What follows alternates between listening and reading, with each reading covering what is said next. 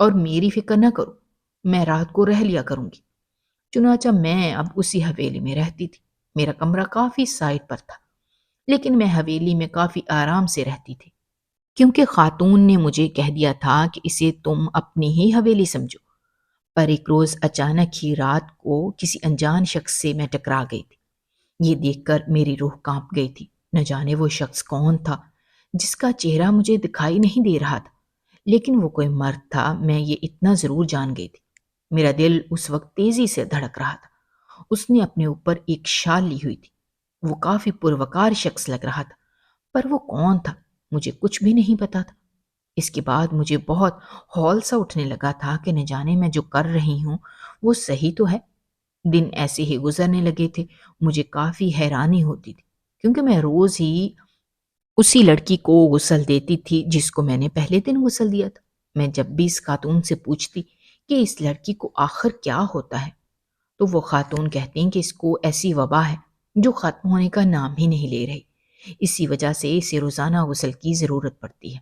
میں بہت ہی پریشان ہو گئی تھی کہ آخر اس کے ساتھ مسئلہ کیا ہے، لیکن میں کون ہوتی تھی جو اس خاتون سے سوال جواب کرتی، اسی لیے میں چپ ہو جاتی تھی۔ پر اندر سے مجھے کافی خوف محسوس ہو رہا تھا۔ دن ایسے ہی گزرنے لگے تھے۔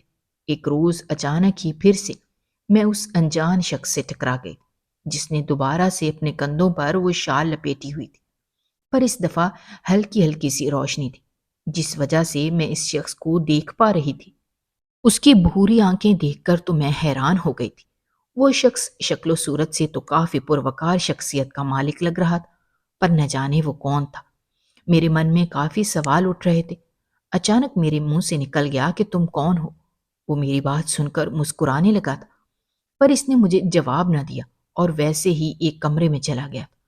میں کافی حیران تھی، لیکن جلدی سے ہی اپنے کمرے میں چلی گئی تھی۔ کافی دن ہو گئے تھے، اماں سے بھی میری ملاقات نہیں ہو پائی تھی۔ اچانک ہی میں رات کو جیسے ہی سوئی تو مجھے ایک عجیب سا خواب آیا تھا۔ خواب میں ایک دلہن اپنی سیج پر بیٹھی ہوئی تھی۔ ایسا لگا جیسے یہ وہی لڑکی ہو جسے میں روز غسل دیتی تھی، پر اچانک ہی وہ دلہن کے روپ میں میرے خواب میں کیوں آئے گی؟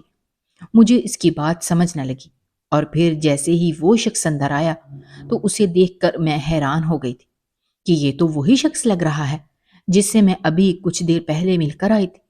وہ شخص دلہن کے سامنے کھڑا تھا، جبکہ اچانک ہی اس نے اس دلہن کا گھونگھٹ اٹھایا تھا۔ نہ جانے یہ خواب کس جانب اشارہ کر رہا تھا۔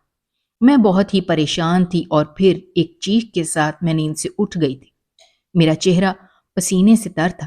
عجیب عجیب سے خیالات آ رہے تھے کہ یہ نہ ہو کہ اس لڑکی کو میں نے مشکل میں دھکیل دیا ہو، وہ لڑکی میری مدد مانگ رہی ہو، پر میں اس کو بس غسل ہی دیتی ہوں۔ میں پیسوں کے لالچ میں اتنی اندھی ہو چکی تھی کہ میں نے کبھی نہیں سوچا تھا کہ کیا پتا وہ لڑکی میری مدد کی طلبگار ہو، پر وہ جب بھی میرے پاس آتی تھی تو وہ تو بے ہوشی کی حالت میں ہوتی تھی۔ اگر اسے ذرا سا بھی ہوش آتا تو میم پھر سے اسے انجیکشن دے دیتی تھی اور یہی کہتی تھی کہ یہ انجیکشن اس کے درد کو ختم کرتا ہے۔ تبھی میں کوئی سوال نہیں کرتی تھی، پر اب مجھے بہت پریشانی ہو رہی تھی۔ نہ جانے یہ کون سی حویلی تھی۔ میں نے سوچ لیا تھا کہ میں ان سارے سوالات کا پتہ لگا کر رہوں گی کہ آخر یہ حویلی کس کی ہے۔ میری نظر اسی کمرے کی جانب تھی۔ یہ رات کا وقت تھا۔ میں نے جیسے ہی وہ خواب دیکھا تو فوراً ہی اپنے روم سے باہر نکل گئی۔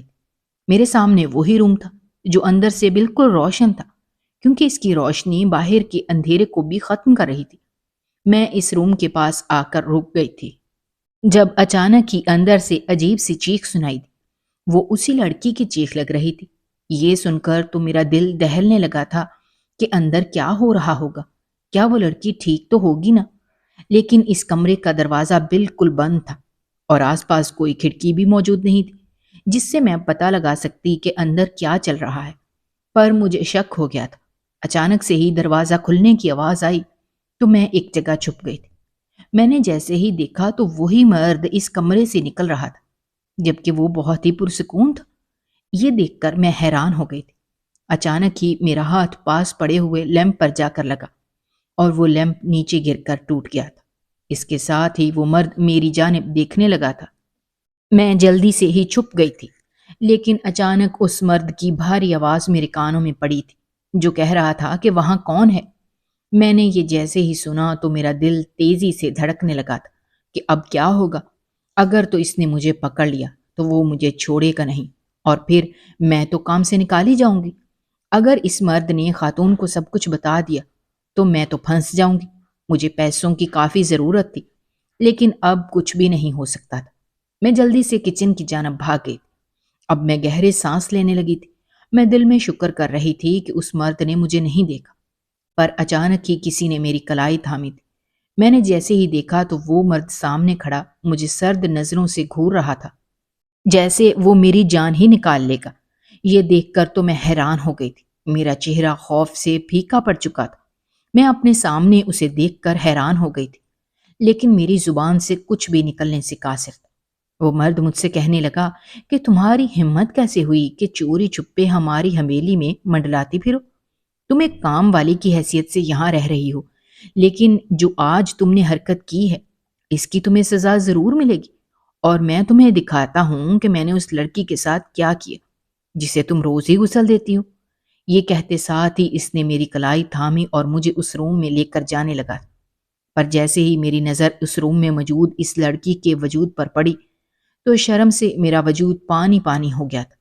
میں نے جلدی ہی اس شخص سے اپنا ہاتھ چھڑایا اور باہر کی جانب بھاگی، پر اس سے پہلے کہ میں اس روم سے نکل پاتی جب اس نے میری کلائی دبوچ لی تھی۔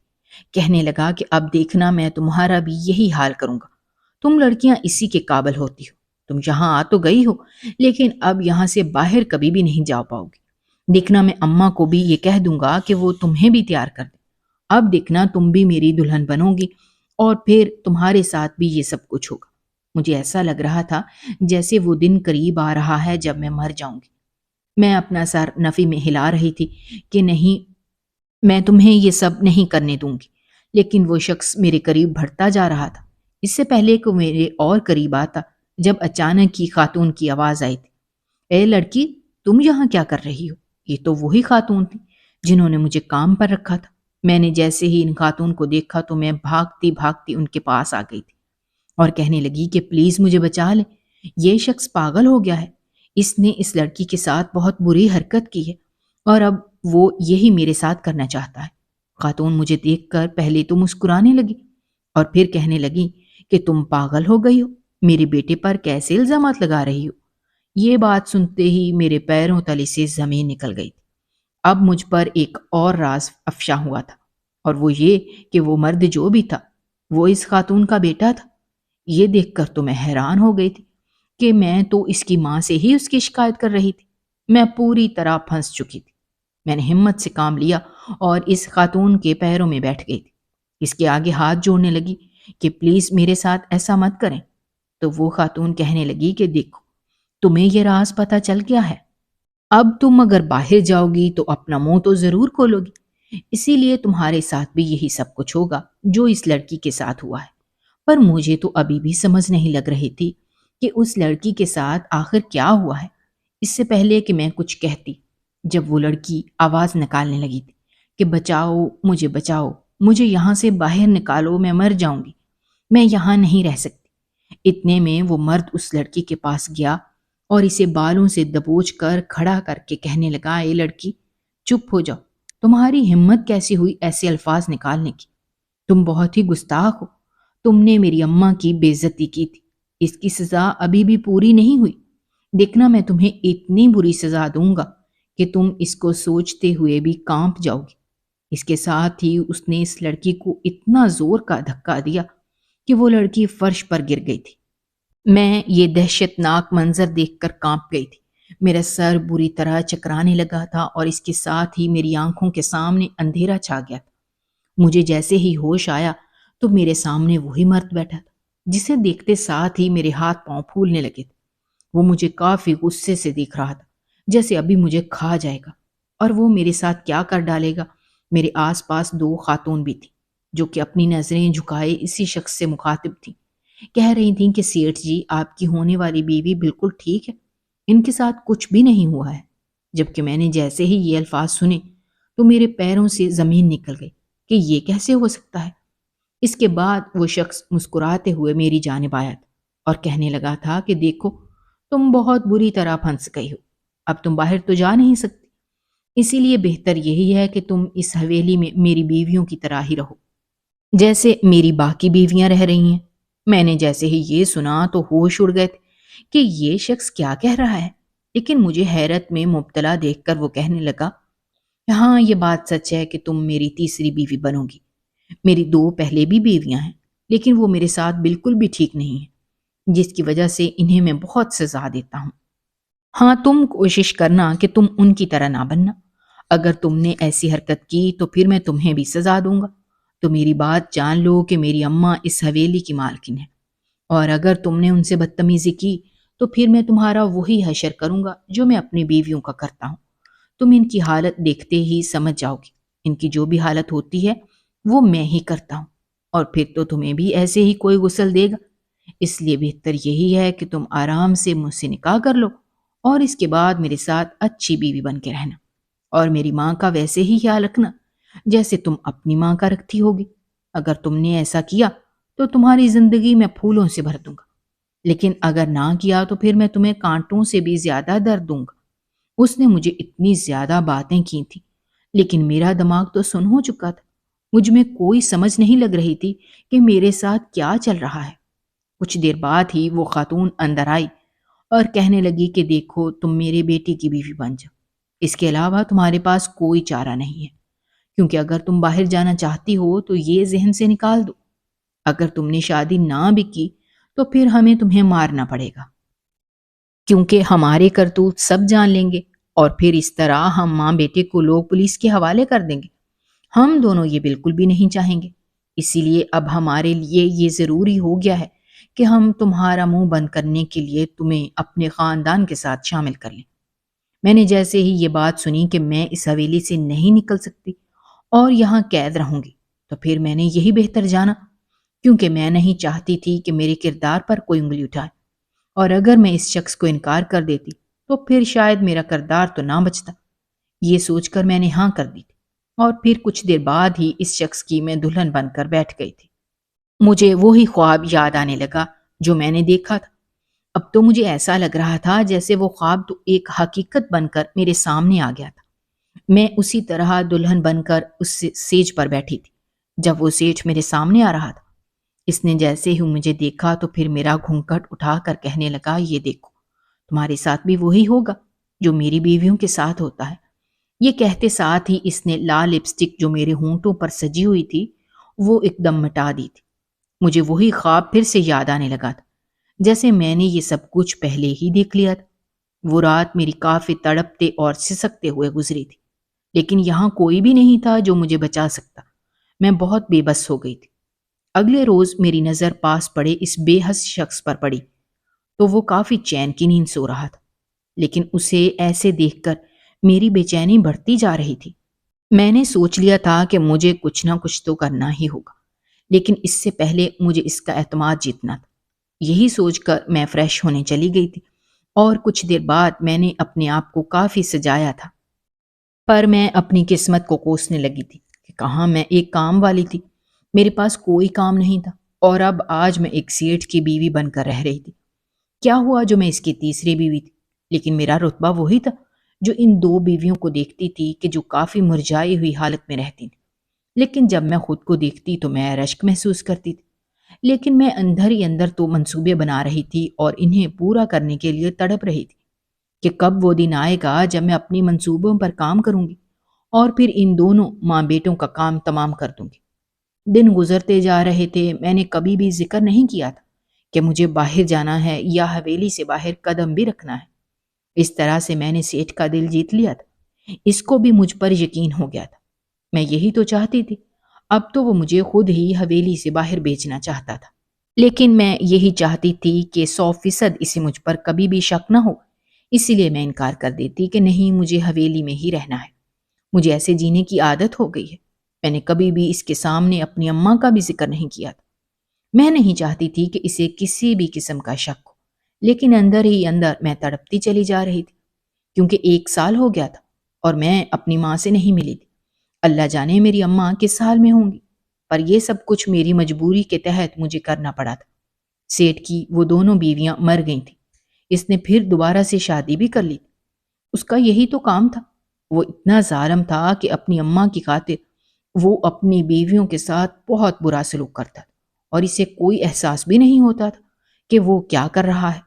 اس کی اماں کافی ظالم عورت تھی۔ میں بھی یہی سوچتی تھی کہ جن خاتون کو میں اتنا نیک سمجھتی تھی وہ اندر سے اتنی ظالم تھی، لیکن اسی لیے تو کہتے ہیں کہ انسان اندر باہر سے ایک جیسا نہیں ہوتا۔ اس نے خود پر خول میں چھپایا ہوا تھا۔ اس خاتون کے ساتھ بھی یہی تھا جس نے مجھے دھوکہ دے دیا تھا۔ یہ میری نظر کا ہی دھوکہ تھا، لیکن اب تو میں جان گئی تھی۔ میں نے کبھی بھی اس سے پنگا نہیں لیا تھا۔ میں چاہتی تھی کہ سیٹھ کو میں اپنے پیار میں پاگل کر دوں۔ اب ایسا ہی تھا، وہ میری باتوں میں آ جاتا تھا۔ ایک روز میں نے اس سے کہا کہ میرے پیٹ میں کافی درد ہو رہا ہے۔ سیٹھ تو اسی کا انتظار کر رہا تھا۔ وہ بہت خوش ہوا تھا۔ اسے لگا کہ جیسے میں امید سے ہوں۔ کہنے لگا میں تمہیں باہر لے کر جاؤں گا، کیونکہ اب تمہارا باہر جانا بہت ضروری ہے۔ میں تمہارا چیک اپ کرواؤں گا۔ لیکن میری ساس نے جیسے ہی یہ بات سنی تو انکار کرنے لگی۔ وہ کہنے لگی کہ نہیں، ایسا نہیں ہو سکتا۔ تم اس لڑکی کو باہر نہیں لے کر جا سکتے ہو۔ اگر یہ باہر گئی تو جا کر سب کو بتا دے گی ہماری سچائی کیا ہے۔ پر سیٹھ نے اپنی ماں کی بات سنی اور چیخنے لگا کہ اماں، آپ کو میری بیوی کی حالت دکھائی نہیں دے رہی؟ اس نے آج تک باہر جانے کی بات نہیں کی ہے، لیکن آج یہ تکلیف میں ہے تو تب بھی یہ باہر جانے کی بات کر رہی ہے۔ سیٹھ کی اماں نے جیسے ہی یہ دیکھا کہ ان کا بیٹا ان کے ہاتھ سے جا چکا ہے تو ہاتھ ملتی رہ گئی، اور اس طرح سیٹھ مجھے حویلی سے باہر لے آیا۔ میرا جی بہت مچلنے لگا تھا، کیونکہ اب وہ وقت آ گیا تھا جب میں سیٹھ سے بدلہ لے سکتی تھی، لیکن مجھے ابھی بھی صبر سے کام لینا تھا۔ اگر میں جذباتی ہو کر کوئی بھی فیصلہ کر لیتی تو مجھے بعد میں جا کر پچھتانا پڑ جاتا۔ اسی لیے میں نے سیٹھ کو کہا کہ سیٹھ میرے ساتھ ہی رہنا۔ کہنے لگا کہ نہیں، مجھے تم پر بھروسہ ہے۔ وہ مجھے ویٹنگ روم میں چھوڑ کر میرا نمبر لینے چلا گیا تھا۔ میں اب ڈاکٹر کے پاس جانے کا انتظار کر رہی تھی۔ میں تو بیمار ہی نہیں تھی، میرا پیٹ بھی بالکل ٹھیک تھا، لیکن اگر میں سیٹھ کو اس کا بتا دیتی تو پھر میں بہت بری طرح سے پھنس جاتی۔ اسی لیے میں انتظار کرنے لگی۔ وہ مجھے ڈاکٹر کے پاس لے گیا۔ ڈاکٹر نے مجھے چند ایک دوائیاں دی تھیں، جس کے بعد ہم لوگ واپس حویلی جانے لگے تھے۔ پر میرا دل بہت اداس ہو چکا تھا۔ میں اپنے دماغ پر زور ڈالنے لگی کہ کوئی ایسا طریقہ اپناؤں جس سے میں رک جاؤں۔ میں اس سے کہنے لگی کہ پلیز، زندگی میں پہلی دفعہ میں آپ کے ساتھ اس حویلی سے باہر نکلی ہوں، ہمیں تھوڑا سا گھوم لینا چاہیے۔ اگر آپ کو مجھ پر یقین ہے تو ہمیں کچھ دیر رکنے دیں۔ سیٹھ نے میری بات سنی تو کہنے لگا میری بیوی نے مجھ سے زندگی میں پہلی دفعہ کوئی فرمائش کی ہے اور میں پوری نہ کروں، ایسا کیسے ہو سکتا ہے؟ اس نے یہ کہتے ساتھ ہی گاڑی روک لی تھی۔ جیسے ہی وہ مجھے ایک سنسان علاقے میں لے کر آیا تو میں خوش ہو گئی تھی۔ سیٹھ کہنے لگا کہ تم یہاں پہ بیٹھو، میں کوئی کھانے پینے کا انتظام کر کے آتا ہوں۔ وہ باہر چلا گیا تھا، لیکن وہ اپنا موبائل اندر ہی بھول گیا تھا۔ میں نے یہ اچھا موقع جانا تھا۔ میں نے جلدی سے اس کا موبائل اٹھایا اور پولیس کو کال کرنے لگی۔ میں نے پولیس کو ساری اطلاع دے دی تھی کہ وہ حویلی کیسی ہے اور وہاں کیا کیا ہوتا ہے، وہاں کی مالکن کیسی ہے۔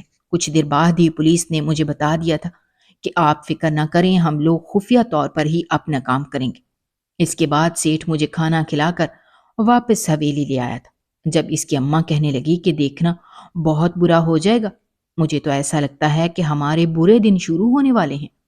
سیٹھ کہنے لگا کہ دیکھیں ماں جی، آپ کو مجھ پر بھروسہ کرنا چاہیے۔ میں اپنی بیوی کے ساتھ خوش ہوں، آپ کو یہ سب دکھائی نہیں دے رہا؟ آپ کو بس اپنی پڑی ہے۔ اس طرح ان دونوں ماں بیٹوں میں انبن ہو گئی تھی، جو کہ میری وجہ سے ہوئی تھی، لیکن میں اندر سے بہت خوش تھی۔ آدھی رات کا وقت تھا جب اچانک حویلی کے آس پاس سائرن بجنے لگا تھا۔ سیٹھ بھی اٹھ گیا تھا اور کافی خوف زدہ ہو گیا تھا، جس کے ساتھ ساتھ میں بھی ایسے ہی تاثرات دکھا رہی تھی جیسے مجھے بھی بہت فکر ہو، لیکن اندر سے بہت ہی خوش تھی۔ کچھ دیر بعد پولیس جیسے ہی اندر آئی تو انہوں نے مالکن کو بھی گرفتار کر لیا تھا اور سیٹھ کو بھی ہتکڑیاں لگا دی تھیں، جو مجھے ہی دیکھ رہا تھا۔ وہ کہنے لگا کہ تم نے مجھے دھوکہ دیا ہے، میں تمہیں چھوڑوں گا نہیں۔ لیکن اب وقت آ گیا تھا جب اس کی ہار اور میری جیت ہونے والی تھی۔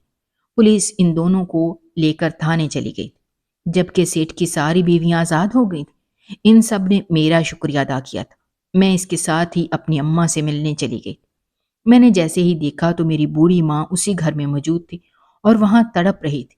یہ دیکھ کر میں ان کے گلے لگ کر زار و قطار رونے لگی تھی۔ میں نے آئندہ سے توبہ کر لی تھی کہ میں کبھی بھی پیسوں کی لالچ میں آ کر غلط قدم نہیں اٹھاؤں گی۔